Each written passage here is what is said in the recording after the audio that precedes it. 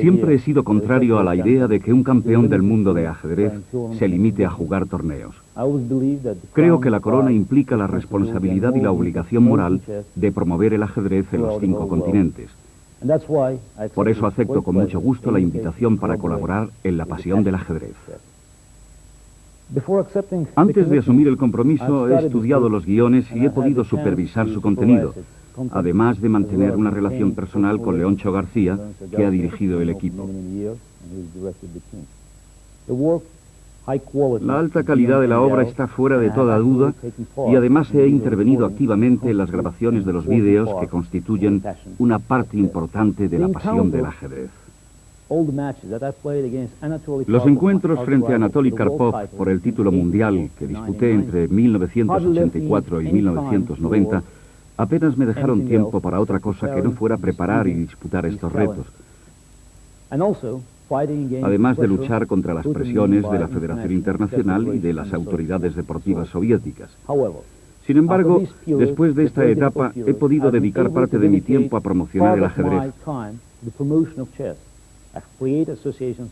He creado asociaciones de grandes maestros, he publicado libros y artículos y he recorrido muchos países dando conferencias y exhibiciones, además de disputar y ganar casi todos los torneos de élite.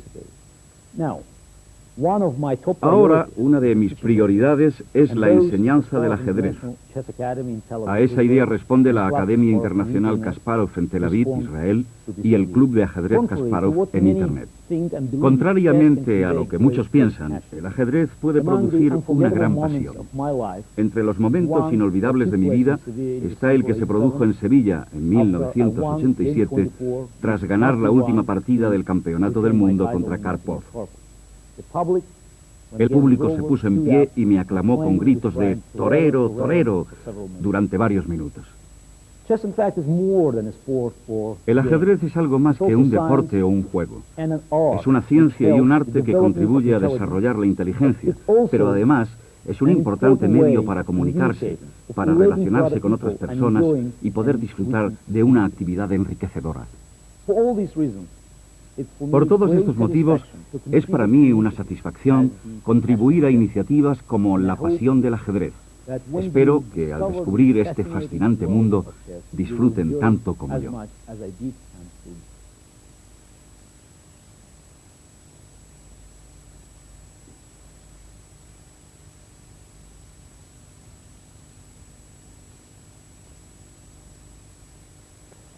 Al ajedrez de alta competición se juega siempre con este tipo de piezas que responden al modelo Staunton. Pero hay una pregunta muy difícil. ¿Qué es el ajedrez? ¿Un simple juego? ¿Deporte? ¿Arte? ¿Ciencia? ¿Pasión? Hemos hablado con varios grandes maestros y nos han dado respuestas muy diversas. Pero afortunadamente ninguno ha sido tan radical como el legendario estadounidense Bobby Fischer cuando dijo: el ajedrez no es como la vida, es la vida. Para mí el ajedrez es un hobby, un deporte, una cultura y una ciencia. Es un reto constante a nuestra inteligencia, a nuestra energía, a nuestra capacidad de superarnos. Y en definitiva también es un modo de expresión. Tú puedes expresarte en el tablero como pues, podrías hacerlo en cualquier rama del arte, la pintura o la música, etcétera.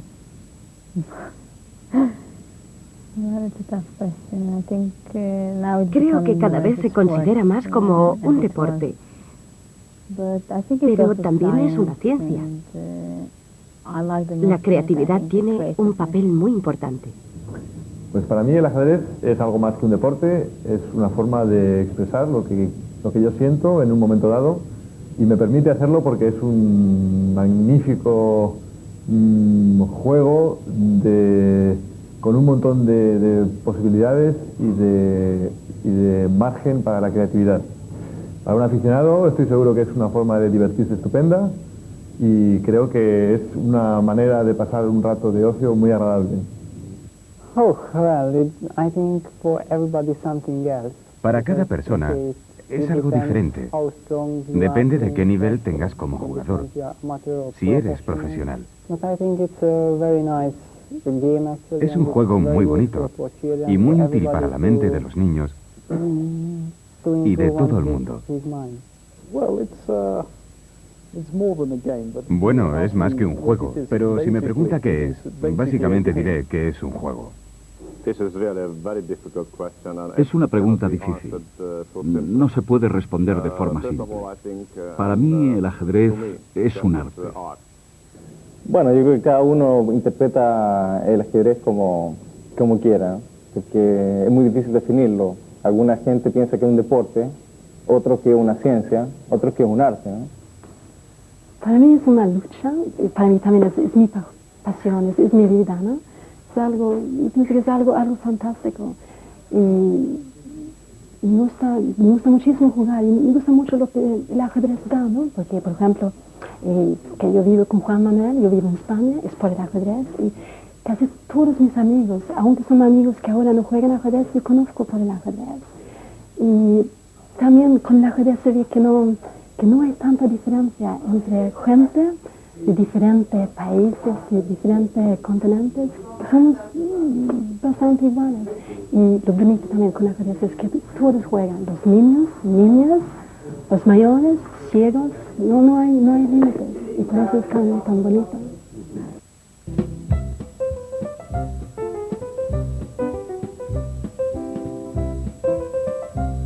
Jugar al ajedrez, es decir, mover las piezas y conocer las reglas fundamentales, es muy fácil, muy rápido y está al alcance de cualquiera. Otra cosa muy distinta es jugar bien al ajedrez, como un profesional. Eso es mucho más complicado, porque el ajedrez se puede comparar en ese sentido con la medicina. Son dos campos del conocimiento humano que prácticamente no tienen límites para aprender. Recuerden aquella famosa frase de Sócrates: solo sé que no sé nada. Por eso hemos dividido este curso en dos partes, nivel básico y nivel avanzado, para que ustedes puedan adaptarse en función de su nivel de conocimientos actual. Es decir, si usted no sabe absolutamente nada de ajedrez, debe empezar, por supuesto, por el nivel básico, pero enseguida comprobará que en poco tiempo podrá comprender y disfrutar de las lecciones del nivel avanzado. Y si usted, por el contrario, ya sabe mover las piezas y conoce un poco las leyes fundamentales de la estrategia y de la táctica, entonces debe empezar por el nivel avanzado, pero yo le recomiendo efusivamente que de vez en cuando eche un vistazo al nivel básico, porque seguro que hay detalles que en su día no aprendió o no le enseñaron bien y ahora tiene la oportunidad de corregir. Por ejemplo, estoy seguro de que muchos de ustedes saben jugar al ajedrez, pero no saben apuntar las jugadas. Y también de que alguna vez habrán visto en un periódico una partida apuntada y se habrán dicho: esto es un jeroglífico, es imposible entenderlo. Bueno, yo ahora mismo me comprometo a demostrarles que eso también es muy fácil. El tablero de ajedrez tiene 64 casillas, 8 por 8. Las verticales están denominadas desde la A a la H y las horizontales del 1 al 8. Eso permite que cada casilla tenga un nombre y un apellido, como ocurría en aquel famoso juego de los barquitos que muchos de ustedes practicaban de niños. Por ejemplo, esta casilla es la intersección de la columna E con la cuarta horizontal. Por lo tanto, su nombre y apellido es E4. Si a eso añadimos la inicial de una pieza que se mueve, supongamos que movemos este caballo aquí, esta jugada sería caballo, es decir, C, F3, caballo F3. El único matiz importante es que si lo que se mueve es un peón y no una de las otras piezas, entonces no se pone la inicial. Esta jugada sería simplemente E4 y esta otra D4. Tendremos mucho tiempo a lo largo del curso de ir repasando estos conocimientos, pero ahora vamos a empezar por las cosas más elementales, es decir, por cómo es el tablero del ajedrez. Y en ese sentido hay un truco que ustedes nunca deben olvidar a la hora de colocar el tablero y ponerse a jugar una partida. el rincón inferior derecho tiene que ser una casilla blanca. Si ustedes saben inglés, se acordarán más fácil, por aquello de light on the right. Casilla blanca en el rincón derecho. Eso es importante. Por lo demás, el tablero tiene conceptos geométricos elementales. Por ejemplo, el de diagonal, como la que va desde H1 hasta A8. O el de horizontal, como la que va desde A4 a H4. O evidentemente el de vertical, como esta, E1 a E8. Conviene que ustedes se queden también con la idea de lo que es el centro. Al igual que en la guerra, dominar el centro del campo de batalla es muy importante. En este caso, el centro está compuesto por 4 casillas, D5, D4, E5 y E4. También conviene recordar que el tablero de ajedrez está dividido en 2 mitades, izquierda y derecha, que en este caso se denominan flanco de dama, el izquierdo, porque es el lado en el que está la dama, y flanco de rey, el derecho, porque es donde están los reyes. Ustedes podrán repasar esos conocimientos de manera mucho más tranquila, más detallada, en la parte escrita de esta obra. Aquí estamos sintetizando un poco las ideas fundamentales. Y dentro de esas ideas está también la de cómo colocar las piezas al inicio de la partida. Algunos trucos básicos para aprenderlo rápido son: las torres deben estar en los extremos, es decir, cuidando los límites del tablero, como en un castillo. Al lado de las torres muchas veces se colocaban las cuadras. En este caso, los caballos están también al lado de las torres. Lógicamente, por su jerarquía, el rey y la dama deben estar en el centro del tablero. Y las 2 casillas que faltan son para los alfiles, entre la dama y el caballo o entre el rey y el caballo. Muchos principiantes tienen el problema de confundir el emplazamiento del rey y el de la dama. ¿Cuál es el truco para no olvidarse? Muy sencillo. La dama en su color. La dama negra ocupa una casilla negra. La dama blanca, una casilla blanca. De esa forma no se olvidan.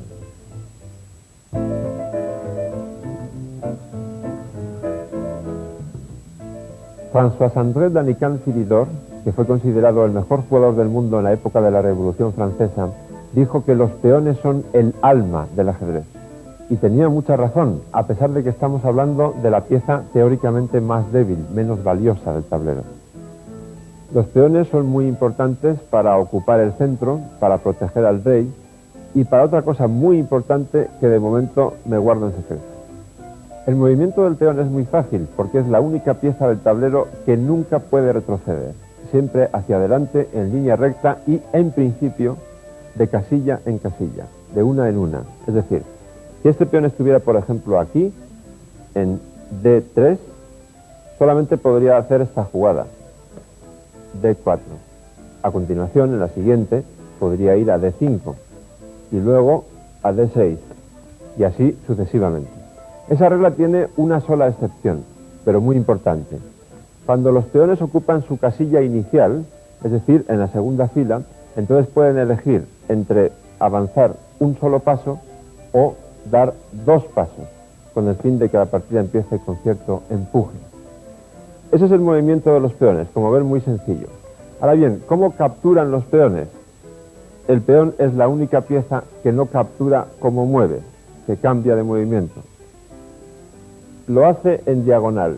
Si las blancas empiezan la partida con D4 y las negras contestasen con E5, las blancas podrían capturar este peón en diagonal, ocupando la casilla del peón capturado. Como ven, tampoco se me quita. Y ahora les voy a desvelar una parte del secreto que les he anunciado.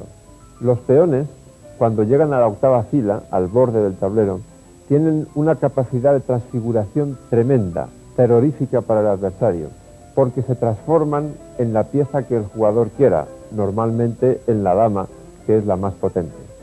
Cuando ustedes hayan aprendido los movimientos de la dama, verán que lo que estoy diciendo es muy serio.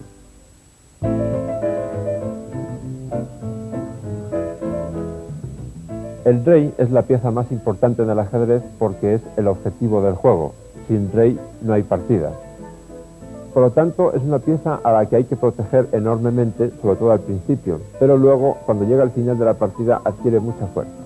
Ahora bien, ¿cómo se mueve el rey? Lo van a aprender ustedes en menos de medio minuto. Es así de sencillo.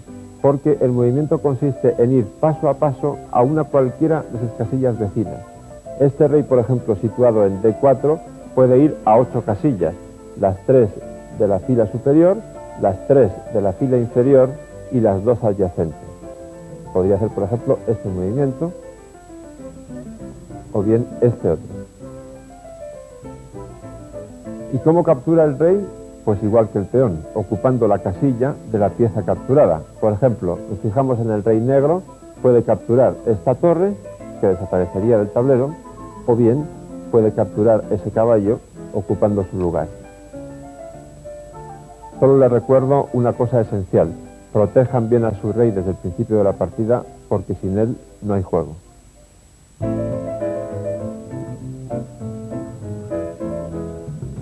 La dama es la pieza más potente en el ajedrez, y si ustedes han comprendido bien los movimientos del rey, también comprenderán fácilmente los de la dama, porque en realidad se parecen. La dama también se mueve en todas las direcciones, horizontal, vertical o diagonal, pero la diferencia está en que mientras el rey solo podía mover paso a paso, la dama tiene la máxima potencia, puede avanzar o retroceder cuantas casillas quiera.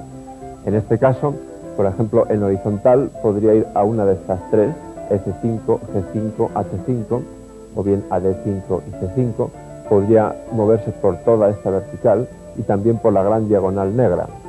A la hora de capturar pasa lo mismo que con el rey o con el peón. La dama ocupa el lugar de la pieza que toma. Aquí podría capturar este peón, pero también podría elegir, estando ahí, entre capturar la torre de G3 o, por último, también podría capturar el caballo de D5. Ustedes ya habrán deducido que siendo una pieza tan potente también conviene conservarla muy bien desde el principio.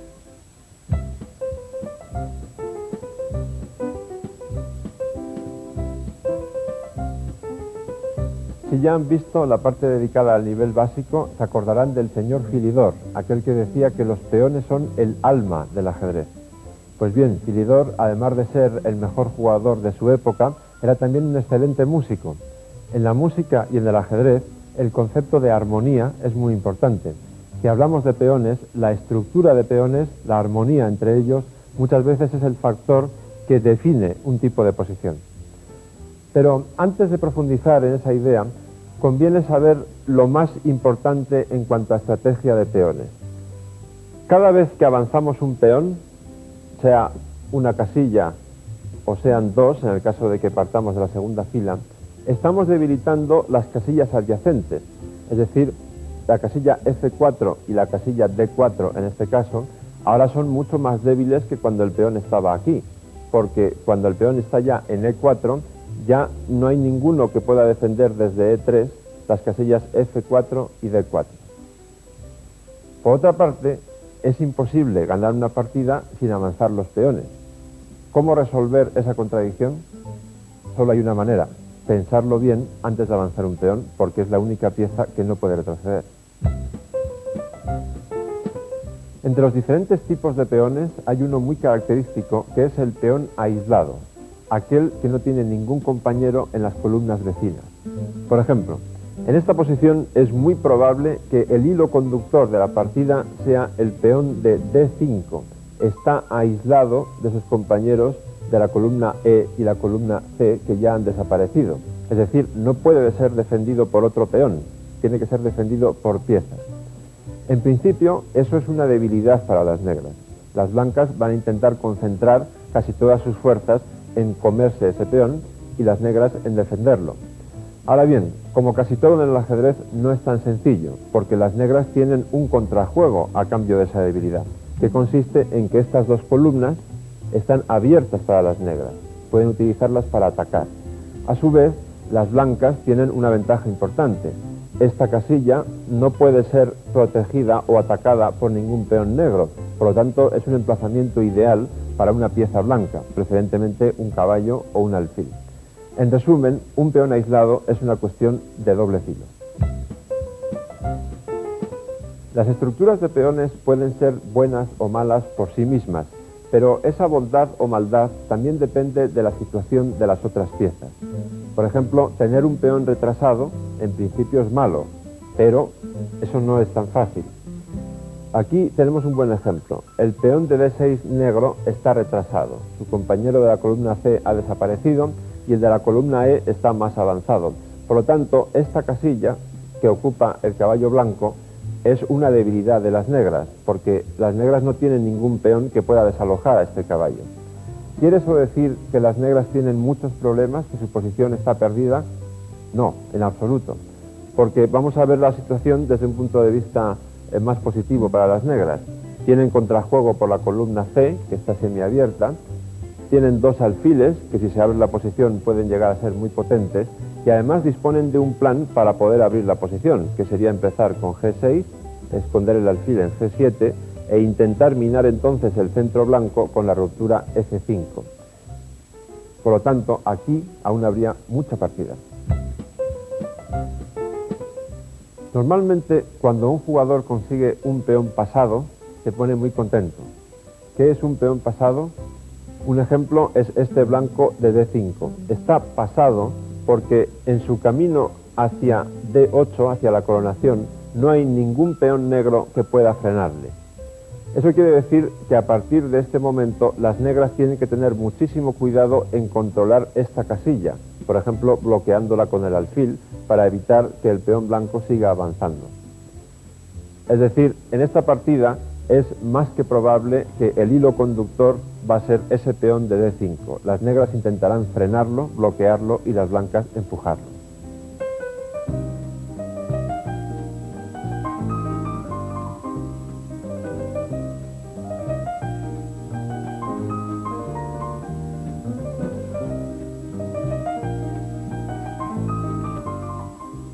Yo no jugaría nunca con unas piezas tan raras, pero estoy seguro de que a un ordenador no le importaría.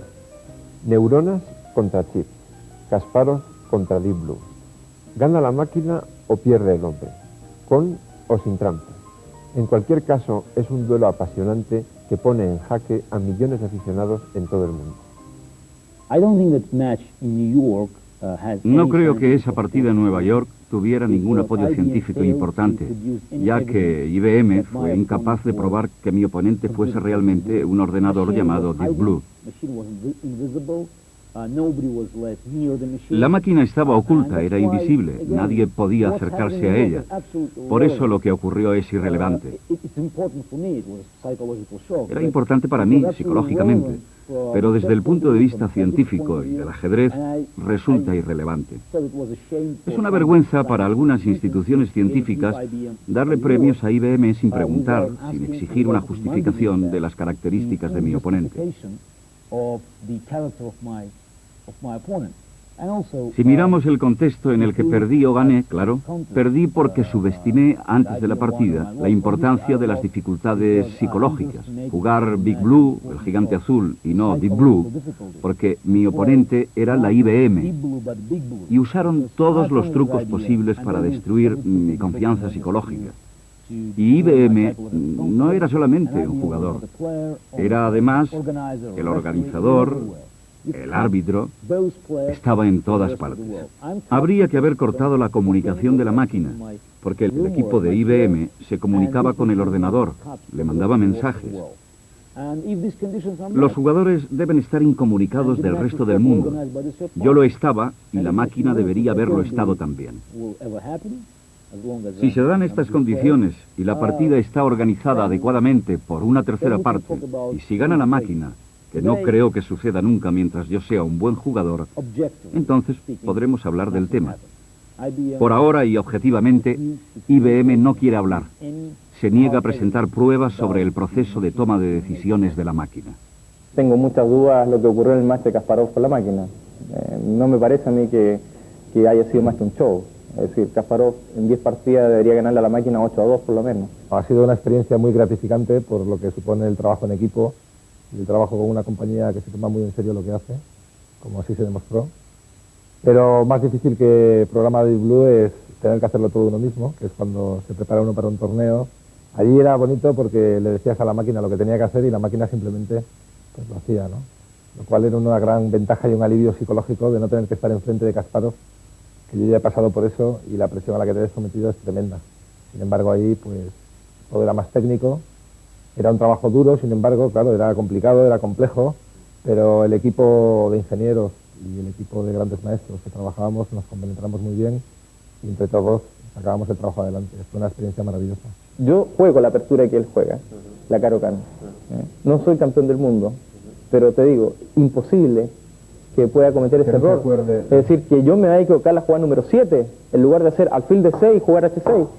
No lo voy a hacer nunca, ni durmiendo. Él es campeón mundial. Ni siquiera en un grado de tensión enorme. Imposible. Imposible, porque esas jugadas se hacen en forma automática y no hay cómo. No hay cómo hacerlo. Él entrega esa partida, claramente, abiertamente la entrega.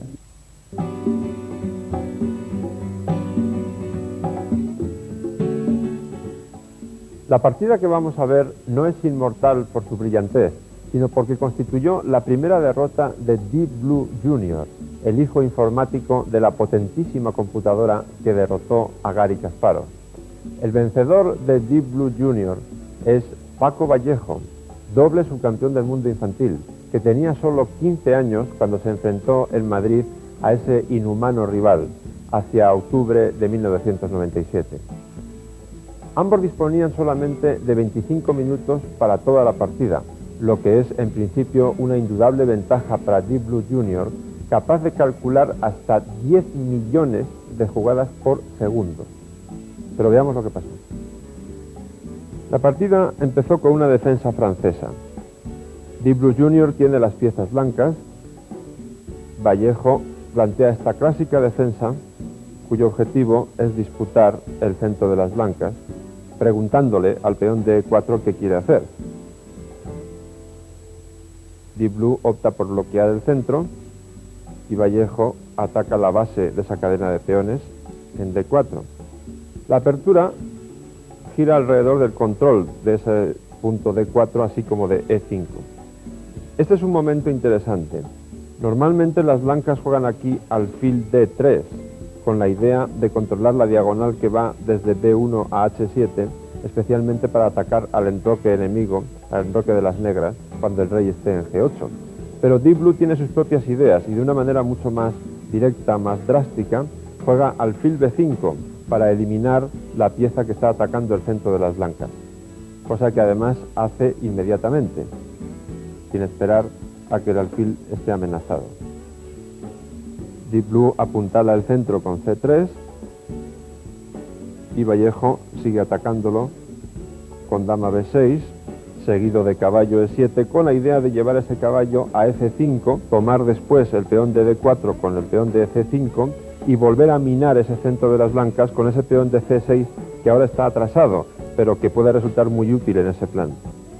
Por eso, Deep Blue cambia de idea y en lugar de mantener su centro sólido y bloqueado a toda costa, lo que hace es tomar en C5 con el fin de aprovechar que ahora la dama negra va a quedar un poco a la intemperie. La ataca inmediatamente con B4 y a continuación con A4, obligándola a retroceder hasta la octava fila. A continuación la partida sigue girando más o menos sobre el mismo tema estratégico, solo que ahora el peón de E5 está mucho más débil que antes, puesto que le falta el soporte de D4. Las blancas tienen que recurrir a su dama para defenderlo. Las negras entrocan y a continuación colocan su dama en C7 con el fin de comunicar las torres para que la dama no entorpezca el movimiento de la artillería pesada. Y entonces Vallejo decide romper el centro blanco directamente con F6. Esta es una jugada muy interesante, quizá una de las claves de la partida.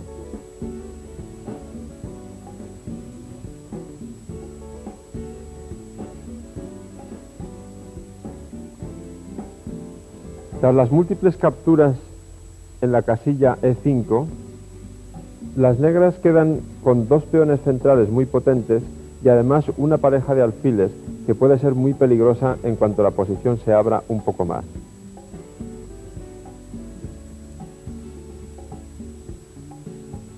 Y a continuación, Vallejo juega muy bien. A5 es una idea perfecta para neutralizar la iniciativa que tenían las blancas en el flanco de dama y sobre todo fijar el peón de A4, que pasa a ser una debilidad que las negras van a atacar inmediatamente. Deep Blue se da cuenta del plan de las negras y procede a colocar sus dos torres por detrás del peón débil.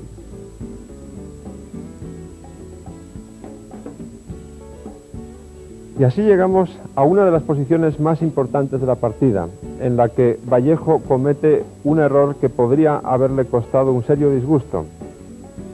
Acuciado por la presión del reloj, recordemos que ambos jugadores disponían solamente de 25 minutos para toda la partida, Vallejo opta por tomar en B4, una decisión realmente precipitada, porque lo adecuado era mantener el peón en A5 para fijar esa debilidad en A4, que obliga a las piezas blancas a estar pendientes de ella. Mientras tanto, las negras disponían de un plan muy sencillo, como por ejemplo E5, ocupando el centro, y después sacar el rey de su guarida para que contribuya al dominio central vía F7 y E6. Ese plan hubiera consolidado la ventaja de las negras sin correr ningún riesgo. Por el contrario, la decisión de Paco Vallejo da a la partida un giro radical, porque ahora, después de caballo B4, la torre negra de A6 ha quedado encerrada. Y las negras pierden la calidad, que es una expresión técnica para designar la diferencia entre una torre y una pieza menor, es decir, un alfil o un caballo. Sin embargo, eso no quiere decir que Paco Vallejo haya quedado en una posición perdedora, porque sus dos peones centrales y sus dos alfiles tienen un contrajuego considerable.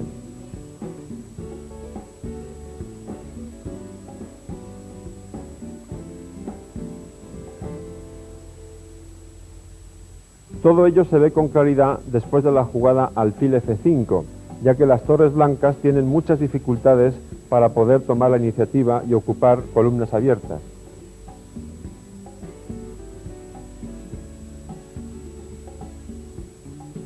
Una vez que el alfil de casillas blancas de las negras entra por delante de su cadena de peones, con alfil C2 y alfil B3, entramos así en la fase más aburrida de la partida, que se justifica porque ambos jugadores estaban ya bastante apurados de tiempo. Por cierto, Deep Blue Jr. perdió esta partida por tiempo, como veremos a continuación, y eso parece en principio muy extraño en una computadora, pero se explica en este caso por la desconexión entre el reloj que había en la mesa de juego y el reloj interno de la computadora. El controlador que operaba la computadora durante la partida tardaba siempre un ratito, unos segundos, en apretar el reloj después de cada jugada, y ese desfase es el que hizo que al final Deep Blue Jr. perdiera por tiempo, como veremos a continuación. Tras varios movimientos de espera de ambos reyes, llegamos al momento culminante de este duelo histórico. Las blancas juegan rey H1, una vez más, y entonces Vallejo, en el momento psicológicamente más molesto para un ser humano, pero evidentemente no para un rival de silicio, decide dejar de repetir jugadas y capturar el peón de C3. Y el efecto es asombroso, porque Deep Blue Jr. reacciona como si fuera un ser humano, y en lugar de hacer la jugada objetivamente mejor, que era tomar el peón de C3 con el caballo, y devolver la calidad de ventaja en la variante E4, caballo por E4, alfil por A1, torre por A1, con lo cual las blancas quedaban en un final todavía claramente ventajoso, Deep Blue Jr. decide dejar ese peón en C3, le da miedo que de pronto su rival humano haya decidido comérselo, y se lleva el caballo a F2. Lo cual cambia totalmente el rumbo de la partida, porque ahora son las negras las que tienen una evidente ventaja. La próxima jugada de Vallejo lo demuestra.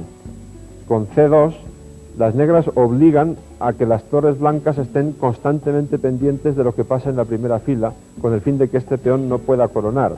Eso restringe muchísimo los movimientos y la coordinación de las piezas blancas, y son ahora las negras las que se disponen a ganar. Si no fuera porque después de jugar caballo E4, que ahora sí es la mejor jugada, o la menos mala, a Deep Blue Jr. se le cayó la bandera, es decir, perdió por tiempo.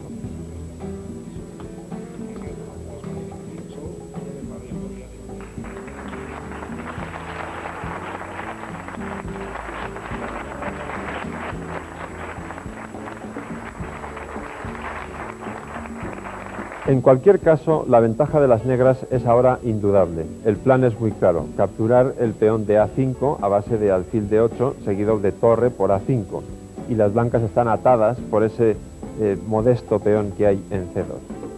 En definitiva, la potencia descomunal de la computadora fue derrotada por la entereza y el talento de una gran promesa.